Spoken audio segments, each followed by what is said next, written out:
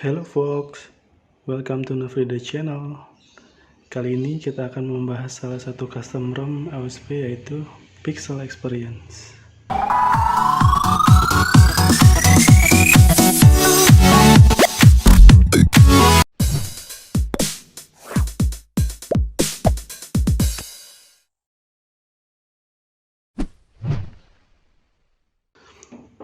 Ini merupakan salah satu custom ROM base AOSP yang dibuat oleh maintainer Indo yaitu si Kurz. Ini untuk buildnya dia terbaru yaitu bulan 7 Juli tanggal 17.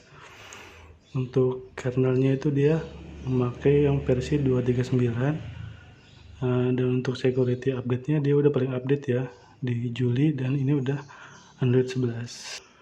Oke, untuk pembahasan kali ini akan kita bagi jadi 4 sesi ya. Pertama kita lihat fitur dan fungsinya. Kedua kita lihat kapabilitas dia sebagai custom ROM itu seperti apa. Lalu kita lihat juga RAM manajemen dan multitaskingnya. Dan juga kita lihat performa dan stabilitas dari si custom ROM ini seperti apa. Dan yang terakhir cara install custom ROM ini. Untuk launchernya dia pakai Pixel Launcher dan sudah ada ya seperti standar lah. Untuk fitur select dan screenshot sudah ada, tapi long screenshot belum bisa ya.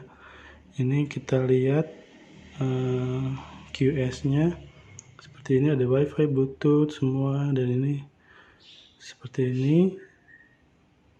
Dan emang tampilannya emang kalau ini minimalis ya. NFC udah ada, NFC Walk, dan juga kita lihat dari fitur-fiturnya standar ya. Ini di ROM ini kita belum bisa untuk disable SIM 2, dan itu bagi saya sangat membantu sih. Dan juga kita lihat ke connected device, kita bisa lihat di sini ada NFC. Nah, ini udah bisa NFC-nya wow. Terus kita lihat di battery, ada fitur battery percentage. Terus di display ya seperti biasa ada dark theme, night light, adaptive brightness, style on wallpaper. Terus colornya dia bisa milih natural, booster, atau adaptif. Dan juga ini untuk display size-nya dia defaultnya 440 ya. Saya terbiasa dengan Hentai OS, jadi saya custom jadi 392, karena menurut saya 440 itu terlalu kecil banget ya untuk font dan icon dan lain-lainnya. Dan untuk lock screen kita bisa lihat di sini notification unlock screen-nya, ada show sensitive, terus allow face unlock, skip lock screen ya seperti standar lah ya. Lalu kita masuk ke soundnya juga ya standar aja lah, karena ROM ini dia minim fitur customisasi ya. Untuk user yang suka dengan kesimpelan, nah ini RAM yang cocok buat kalian. Untuk security-nya kita bisa lihat ada fitur face unlock, smart lock, dan lain-lain. Tapi sayangnya untuk sebagian orang ini encryption di custom ROM ini tidak dienkripsi ya. Lalu ada Xiaomi part juga, kita bisa nampilin misalnya changer, display kalibrasi, dan FPS info overlay. Kita bisa lihat berapa FPS yang sedang berjalan, dan lain-lain. Oke, itu cukup simpel. Dia cuman gesturnya cuman klik open kamera, navigation, power menu, dan lain-lain. Oke, selanjutnya kita lihat kapabilitasnya si custom ROM ini seperti apa. Kita lihat yang paling dasar dulu, itu safety net testnya itu kita lihat PS atau enggak ya. Lihat dari aplikasi ini, kita run saja. dan dia udah paste ya, artinya jika dilihat dari Play Store dia itu sudah device-nya certified. Sedangkan untuk SE Linux-nya kita lihat ini harus udah root dulu ya. Su ketik git enforce.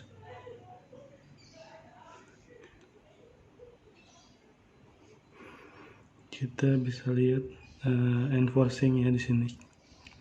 Terus kita lihat juga dari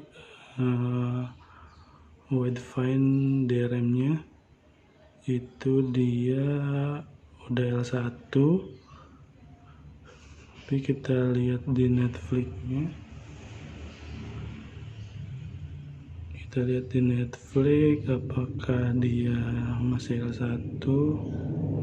Playback specification tapi masih L3.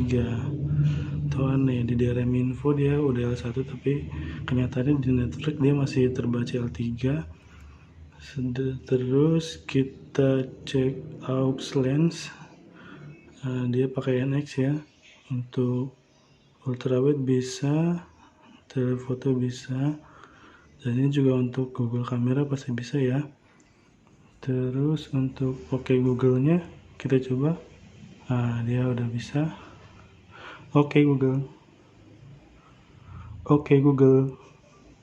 Oke, bisa. Terus kita lihat juga dari battery lognya ya.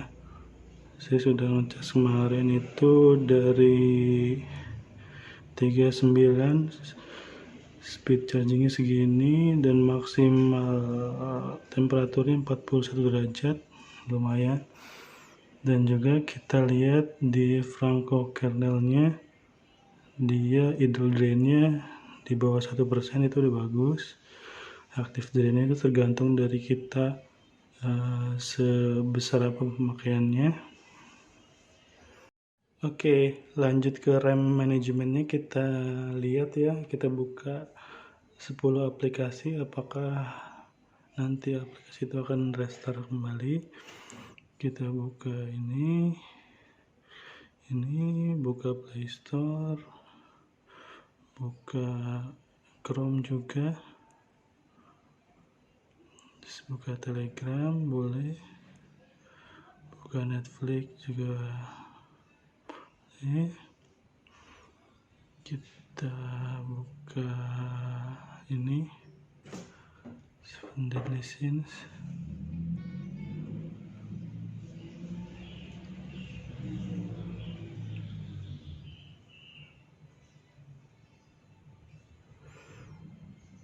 Oke.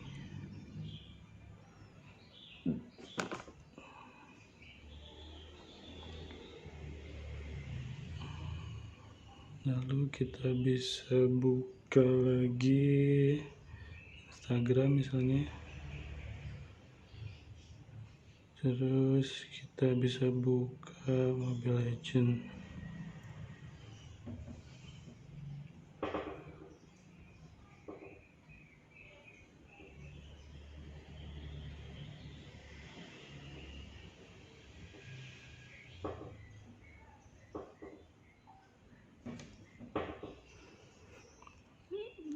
Lalu kita buka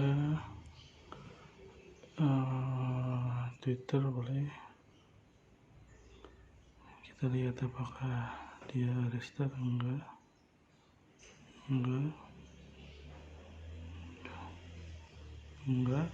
Nice. Netflix enggak.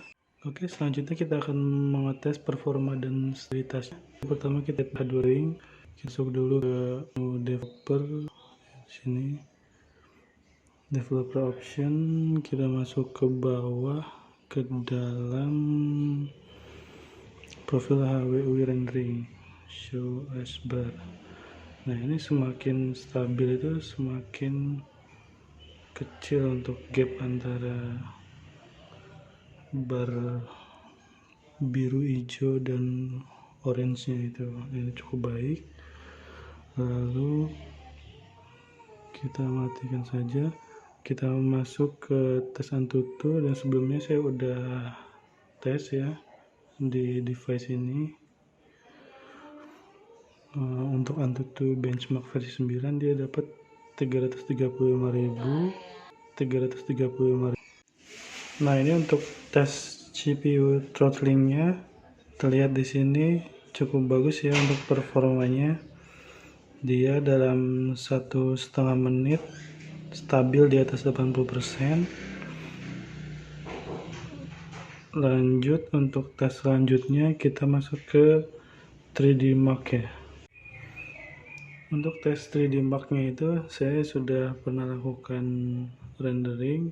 Untuk slingshotnya seperti ini, dapat 3620 ya, grafik teks per 1, fps dapat 23, 12, pertama 52, 31 dan 17. Sedangkan untuk yang wildlife nya dapat 1078 dengan frame rata-rata 6,5. Lalu selanjutnya kita akan langsung saja lakukan tes pada gamenya, yaitu game Genshin Impact. Akan dapat berapa fps pada custom ROM ini.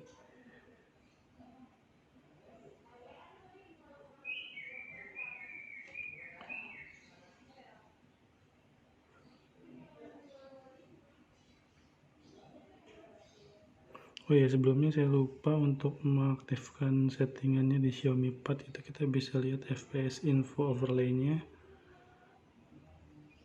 Jadi kita bisa tahu dapat berapa fps-nya itu dalam in-game-nya. Kita ada update dulu ya, sekitar 13 MB.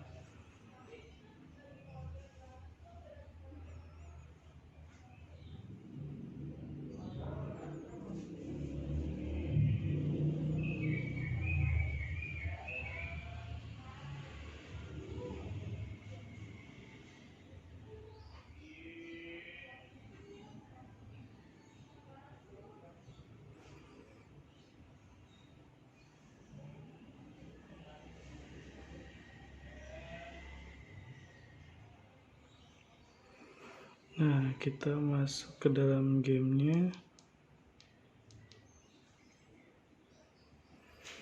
Loading lagi.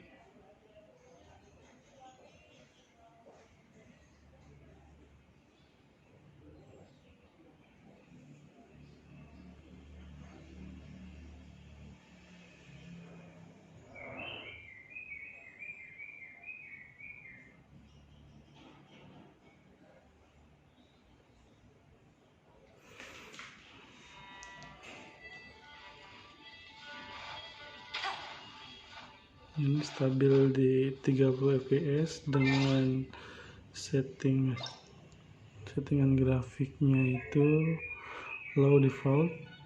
Dapat performance smooth, rata-rata masih bisa dapat di 30 fps lah.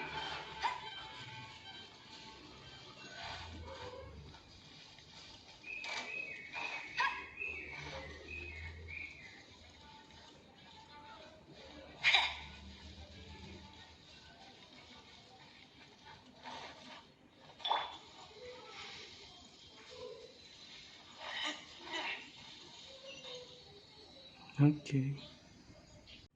Untuk step installnya, kalian masuk ke dalam TWRP kalian. Saya menggunakan Orange Fog yang terbaru versi stabil. Pertama kalian centang ini 3 atas, lalu swipe, kemudian kalian install ROM-nya. Misalnya ini install, tinggal swipe to install. Lalu setelah itu kalian format data, ketik yes, lalu reboot. Sudah.